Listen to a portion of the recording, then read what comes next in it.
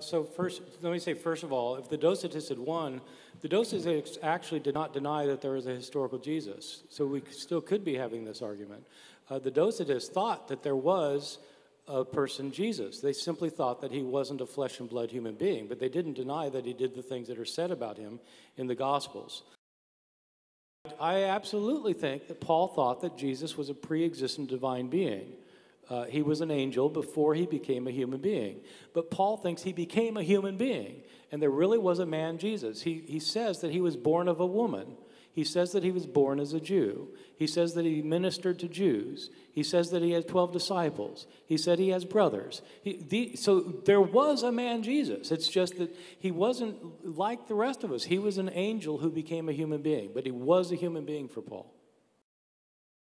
If you want to say that Galatians 1:19 is an interpolation, 1 Corinthians 15 is an interpolation. If you don't want to believe that Nazareth existed, you say Mark chapter 1 verse 9 is an interpolation.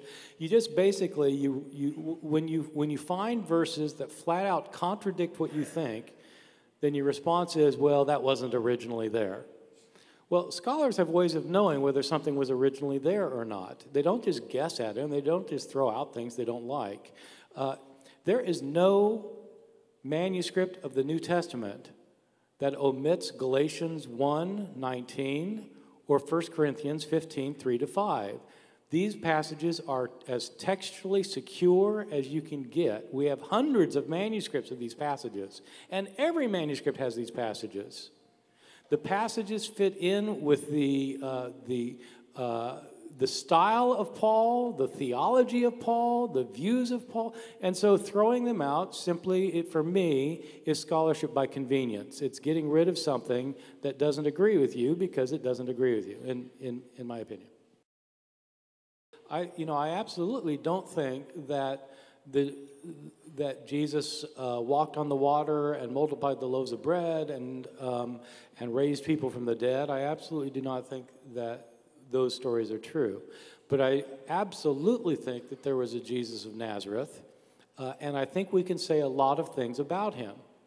The fact that he didn't do all those miracles doesn't mean he didn't exist, any more than Caesar Augustus didn't exist because he didn't do all those things.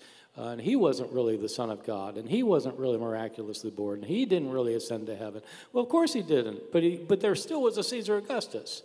I think history really matters. I mean, I think it matters whether we correctly know what happened in the past, especially with important historical figures. And I think whatever else we might think about Jesus, he's the most important historical figure in the history of the West. And so it matters that we know something about him, and I think we can say a good deal about him. And so that's what I was saying. I mean, many years ago now, I wrote a book on the historical Jesus where I lay out in several hundred pages what we can actually say about the man, and I think it's important for us to know what we can say about him. Well, if Jesus is an itinerant teacher or even an exorcist, as Josephus and Lucian of Samosata say, these people were a dime a dozen. It would be like almost like saying Kenneth Copeland was the Son of God. He has an avid group of fans that thinks he's teaching wisdom, and he's even supposedly healing people. But I don't know that that is an adequate foundation for Jesus Christ. It's like Paul says in the movie version of The Last Temptation of Christ, he meets Jesus on the road because Jesus didn't die on the cross, though Paul thinks he did. And he says, I'm glad I met you so I can forget you. People don't need you. They need my Jesus who died and rose from the dead, who was born of a virgin, and so on. And that's kind of what I'm saying. I think that this is like saying that Hercules was just a weightlifter, though he was the Schwarzenegger of the ancient world. Is that really going to give rise to the Hercules mythology? It just seems to me, was there an Asclepius? I mean, there are loads of healing stories about Asclepius, but there's no chance he existed. Or Krishna, did Krishna exist? Moses, highly unlikely there was ever a Moses. Yes, but the whole point is you don't have the kind of evidence for any of those figures that you have for Jesus. You don't have Gospels written about Hercules. Yes, you do. No, Hercules. You do not have 4 Gospels written within 40 years based on oral traditions. Within 40 years of what? That's begs the Of question. his reputed life. But suppose, I mean, that's begging the question that we know mythicism is true, that it didn't just gradually evolve from other similar myths. Well, which you I think it yourself did. would agree that if Jesus lived, he was known. If Jesus didn't live, that the Christ myth is referred to by Paul in the 50s. Right? Yeah. Okay. Would you agree that Paul converted about 20 years before he wrote his letters? I hate to tell you, but I think the whole conversion thing is based on Heliodorus' conversion in the Bacchae. In Second Maccabees, and Pentheus' conversion in the Bacchae. I think it's all fiction. You don't think Paul became a Christian?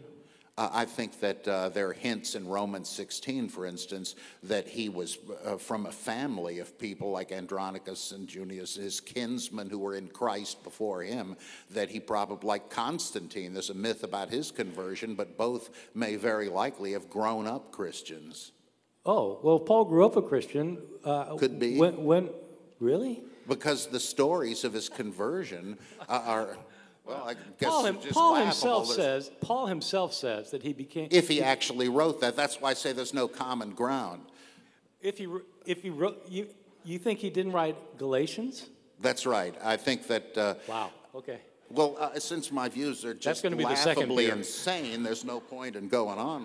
Well, but come on, Bob. Paul didn't write Galatians? Okay. All right. Yes.